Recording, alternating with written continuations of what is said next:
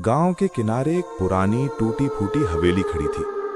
इतनी खामोश कि हवा की हल्की सी सरसराहट भी वहां डर पैदा कर देती थी। लोग उसे मौत की हवेली कहते थे। कहते हैं 50 साल पहले उस हवेली में एक अमीर जमींदार अपनी पत्नी के साथ रहता था। उसकी पत्नी बहुत सुंदर थी, लेकिन जमींदार बहुत क्रूर था। एक रात शक के चलते उसने अपनी ही पत्नी को मार डाला और उसकी लाश को हवेली के अंदर ही कहीं दफना दिया। उस दिन के बाद से हर रात उस हवेली से चीखें आने लगी। गांव वालों ने कई बार सच जानने की कोशिश की, लेकिन जो भी गया वो कभी वापस नहीं आया। सालों बाद एक दिन शहर से एक लड़का आया। उसका नाम था अर्जुन। वो पढ़ा लिखा था और भूत प्रेत जैसी बातों पर विश्वास नहीं करता था। गांव वालों ने उसे हवेली के बारे में चेतावनी दी, बेटा वहां मत जाना, मौत है वहां। लेकिन अर्जुन हंस पड़ा, ये सब अंधविश्वास है, मैं आज रात वहीं रुकूंगा। गांव वाले डर गए, लेकिन अर्जुन नहीं माना। रात के 10 बजे आसमान में काले बादल छा गए थे। बिजली चमक रही थी और हवेली के चारों तरफ अजीब सन्नाटा था। अर्जुन धीरे धीरे हवेली के दरवाजे तक पहुंचा। जैसे ही उसने दरवाजे को छुआ, दरवाजा अपने आप खुल गया, ची की डरावनी आवाज के साथ। अर्जुन थोड़ा घबराया, लेकिन अंदर चला गया। अंदर हर जगह धूल जमी हुई थी, टूटी कुर्सियां, फटे पर्दे और दीवारों पर अजीब निशान। अर्जुन ने टॉर्च निकाली। जैसे ही रोशनी आगे बढ़ी, दीवारों पर परछाइयां हिलने लगी। अचानक पीछे से कदमों की आवाज आई, ठक ठक ठक। अर्जुन तुरंत मुड़ा, लेकिन वहां कोई नहीं था। उसका दिल तेज धड़कने लगा। कोई है यहां? उसने जोर से पूछा। कुछ सेकंड तक सन्नाटा रहा, फिर अचानक एक धीमी आवाज आई, तुम यहां क्यों आए हो? अर्जुन के हाथ कांपने लगे। कौन हो तुम? उसने डरते हुए कहा, लेकिन कोई जवाब नहीं आया। वो धीरे धीरे हवेली के अंदर आगे बढ़ने लगा। अचानक उसे एक कमरा दिखा, जिसका दरवाजा आधा खुला था। कमरे के अंदर एक पुराना टूटा हुआ आईना रखा था। जैसे ही अर्जुन अंदर गया, दरवाजा अपने आप बंद हो गया। धड़ाम। अर्जुन घबरा गया। उसने दरवाजा खोलने की कोशिश की, लेकिन वो नहीं खुला। डरते हुए उसने आईने की तरफ देखा। पहले तो उसमें सिर्फ उसका चेहरा दिखाई दिया, लेकिन कुछ सेकंड बाद उसके पीछे एक सफेद साड़ी पहनी हुई औरत खड़ी थी। उसकी आंखें पूरी काली थी और चेहरा खून से सना हुआ। अर्जुन जोर से पीछे मुड़ा, लेकिन वहां कोई नहीं था। वो फिर से आईने की तरफ देखने लगा। अब वो औरत और भी करीब आ गई थी। उसका चेहरा बिल्कुल अर्जुन के पास था। अचानक आईने से ही आवाज आई, मैं यहां कैद हूं। अर्जुन का शरीर कांपने लगा। कौन हो तुम? उसने पूछा। औरत की आवाज भारी और दर्द भरी थी। मैं इस हवेली की मालकिन थी। मेरे पति ने मुझे धोखे से मार दिया। मेरी आत्मा को शांति नहीं मिली। मैं 50 साल से यहां भटक रही हूं। अर्जुन की आंखों में डर साफ दिखाई दे रहा था। मुझे आजाद करो, औरत ने कहा। अर्जुन ने डरते हुए पूछा, कैसे? कुछ सेकंड के लिए पूरा कमरा शांत हो गया। फिर अचानक औरत की आवाज बदल गई। अब वो डरावनी हो चुकी थी। तुम्हें मेरी जगह लेनी होगी। अर्जुन के पैरों तले जमीन खिसक गई। नहीं, ये नहीं हो सकता, उसने चिल्लाया। वो दरवाजा खोलने की कोशिश करने लगा, लेकिन दरवाजा नहीं खुला। कमरे का तापमान अचानक बहुत ठंडा हो गया। दीवारों से काले साए निकलने लगे। आईने में वो औरत अब मुस्कुरा रही थी। धीरे धीरे उसका हाथ आईने से बाहर आने लगा, जैसे कोई दूसरी दुनिया से बाहर आ रहा हो। अर्जुन पीछे हटने लगा, लेकिन पीछे दीवार थी।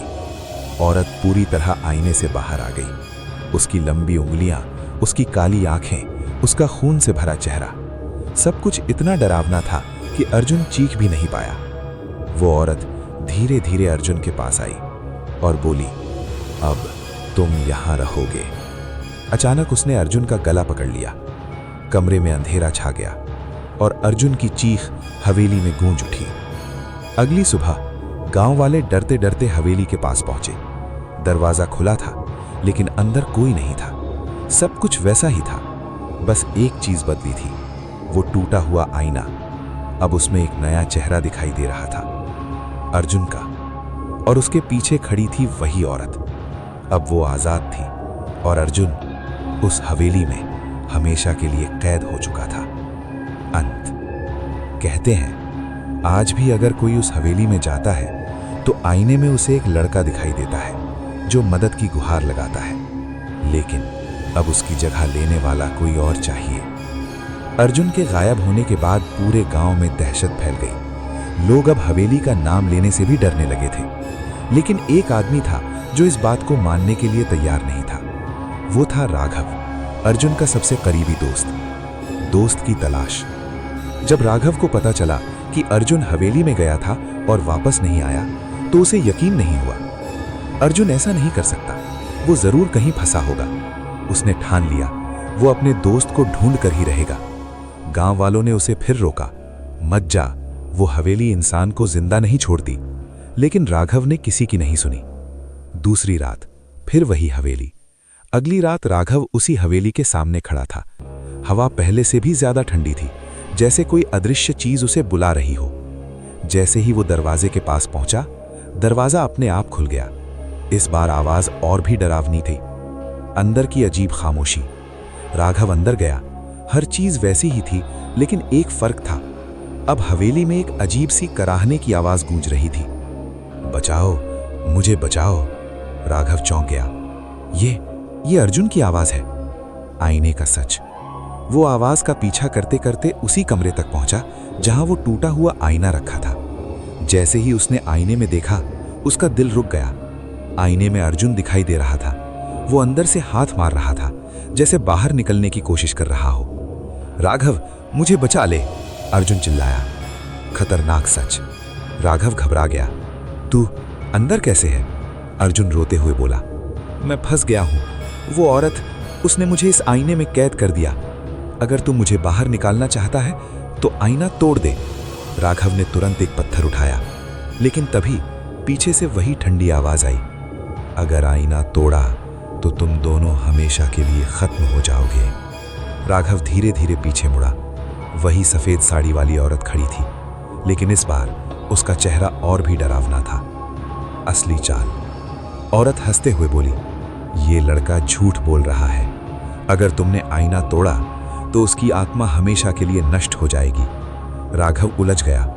एक तरफ उसका दोस्त, दूसरी तरफ वो भयानक औरत। अर्जुन जोर जोर से चिल्लाया, राघव, इसकी बात मत मान, ये झूठ बोल रही है। लेकिन औरत धीरे धीरे पास आने लगी। तुम्हें फैसला करना होगा, दोस्ती या अपनी जान। कठिन फैसला। राघव का दिल तेजी से धड़कने लगा।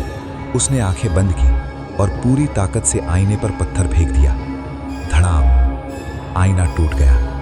डरावना मोड़। कुछ सेकंड तक सब शांत रहा। फिर अचानक पूरी हवेली हिलने लगी। तेज हवा चलने लगी। औरत जोर जोर से चीखने लगी, नहीं, तुमने क्या कर दिया? टूटे हुए आईने से काला धुआं निकलने लगा और उसमें से अर्जुन बाहर गिर पड़ा। राघव खुश हो गया। अर्जुन, तू ठीक है? लेकिन अर्जुन धीरे धीरे खड़ा हुआ। उसने अपना सिर उठाया और मुस्कुराया। उसकी आंखें पूरी काली थीं। धन्यवाद, तुमने मुझे आजाद कर दिया। राघव का दिल बैठ गया। तू अर्जुन नहीं है। तभी पीछे से एक कमजोर आवाज आई, राघव, भाग जा। राघव ने पीछे देखा। असली अर्जुन अभी भी आईने के एक छोटे से टुकड़े में फंसा हुआ था। आखिरी मौका। राघव समझ गया, वो औरत अब अर्जुन के शरीर में आ चुकी थी और असली अर्जुन अभी भी कैद था। औरत अर्जुन के शरीर में धीरे धीरे उसकी तरफ बढ़ने लगी। अब तुम्हारी बारी है। राघव पूरी ताकत से भागा। पीछे से हवेली की डरावनी हंसी गूंज रही थी। अगली सुबह गांव वाले फिर हवेली के पास इकट्ठा हुए। दरवाजा खुला था, लेकिन इस बार अंदर कोई आईना नहीं था। बस एक कोने में एक छोटा सा कांच का टुकड़ा पड़ा था, जिसमें अर्जुन का चेहरा दिखाई दे रहा था। वो रो रहा था, कोई मुझे बचाओ। और हवेली के बाहर एक लड़का खड़ा था, सफेद साड़ी वाली औरत की मुस्कान के साथ। अंत या शुरू?